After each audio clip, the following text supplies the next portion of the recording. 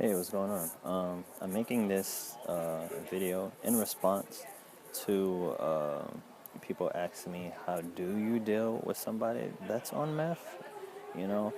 So, the video that I made losing my friend in meth was about my best friend, and that was a year ago. I talked to him a lot, I talk to him every day, and how I deal with his situation is I try to paint a picture. Sometimes when you talk to somebody, it's like telling a kid, don't run in the house. We all know that's only going to last for a few seconds, a few minutes, and they're going to continue again.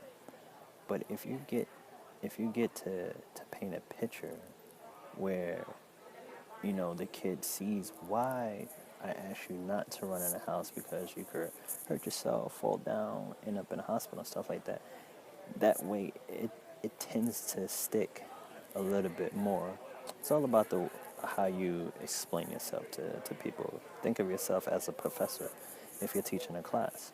You don't just generalize your statements. Go in depth. This is why we have colleges and stuff. You get the idea. You need to explain yourself a little bit more, but don't just talk about it. Paint a picture so they can see, so they can visualize it. So, what I did for my best friend, how I would talk to him is, they lie so much and they deny so much because they don't want to be in that predicament. But we all know, you all know, and God knows that they're in this situation. So if you come across that, which I'm pretty sure you have, just overlook that. Get to the main points of why you're talking to them and stuff. So how I explain to my best friend, like the situation he's in, it's like a revolving door. Our nervous system is a revolving door, and what goes through it is brain cells, blood, you name it. That's in our system. So when our brain cells, our cells, are being attacked by drugs, they having a hard time to get through this revolving door.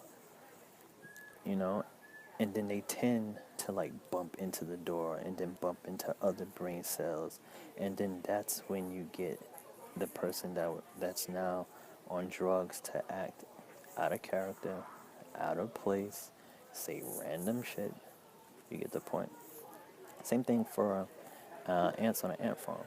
They all work together, to have an ant community. It's amazing how they work, but I guarantee you, if if those ants would start to use drugs, you think they were function, properly anymore? Same thing with a beehive. All these bees, they make the beehives so perfectly, and you just stand and watch like, wow, they're all working together. But once it's consumed by drugs, it doesn't work. It doesn't work properly anymore. So my response to you guys that's asking me, what can you do? Paint a picture for whoever that you're trying to help, so they can see. Maybe you have other pictures that you can paint for them, then other than the three examples I just used: revolving door, ant farm, beehive, or whatever. But as you're trying to help whoever, your loved one, your best friend, or whatever, be patient. Just remember, it's a long haul.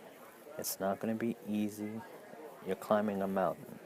You're not going down a ski slope. You're climbing a mountain.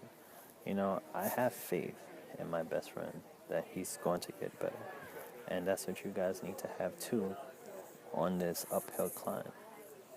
So if anybody else have any more questions, this write in the notes or whatever, or I'll give you my email address, and we'll talk, more closely that way.